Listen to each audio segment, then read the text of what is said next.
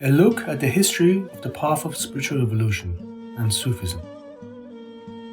When we look at the history of Sufism, we become to understand the important role that the region of Khorasan has played within Sufism. Some people may be familiar with the famous Sufi masters like ATTAR, who came from the city of Nishapur in Khorasan. However, the role of Khorasan within Sufism extends well beyond a few towns or specific masters like ATTAR. As for example, the famous story of Conference of Birds of ATTAR, which relates to the meeting point of birds with a mythical bird called Seymour, was based on a much older stories and teachings, like the stories of Seymour in FERDOWSI's famous Shahnameh or the Book of Kings. All these teachings related to a special connection between the soul and body and the development of them both as part of path of substantial evolution.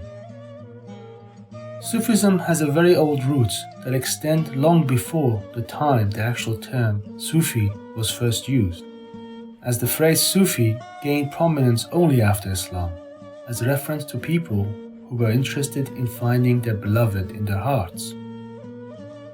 There are also no references to the word Sufi in the Quran, and furthermore, the phrase Sufi is not an Arabic or even a Persian phrase, as it's a word with Aramaic roots and was used to refer to people who wore clothes made of wool, as these people were referred to as Sufis, and an individual belonging to this group was called a Sufi, that is, someone who is dressed in woolen garments.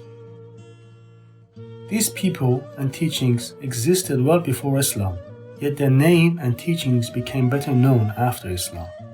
The school of thought that this group followed were related to the teachings of Prophet Zechariah, John the Baptist, and Jesus, and their successors who were known as Bahariya, until the time of Prophet Mani, and after him the Bahariyas continued until the time of Prophet Muhammad and the Bahariya named Sergius or Sergis. The young Muhammad at the age of 9 met Bahariya Sergius for the first time, and subsequently met him again at the age of 12 and 20. Also, there were different spiritual teachers who were sent by Bahariya Sergius around the Arabian Peninsula to propagate spiritual teachings, like the Prophet Muhammad's uncle, Abu Talib. All these teachers, just like John the Baptist, wore woolen robes, just like it is mentioned in the books prior and after the time of Jesus. That is why they were often referred to as Sufis.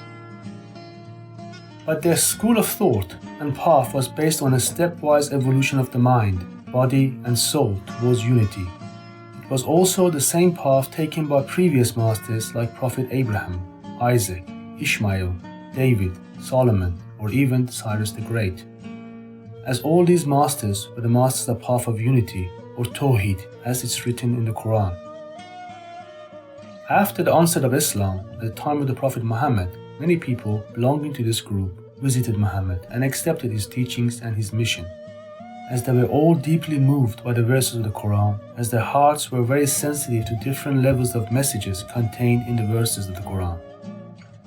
When the Persian Empire and the valley of Euphrates and Tigris was overrun by the Arabian invasion, many of those who followed this path spread across the world. For example, when Spain was conquered by the Umayyad dynasty, many of the followers of this path also ventured west to the Spanish peninsula and established a large school in Cordoba. The students who were educated in this school would then go on to different parts of the world to propagate the teachings of the path. This line of propagation represents one of the lines or branches of Sufism. Furthermore, in the time of the Abbasid Caliphate or dynasty, the 8th Imam, who was known as Imam Reza, also moved east to Khorasan, which led Khorasan to become the center for path of spiritual evolution and form another important branch of the path of Sufism.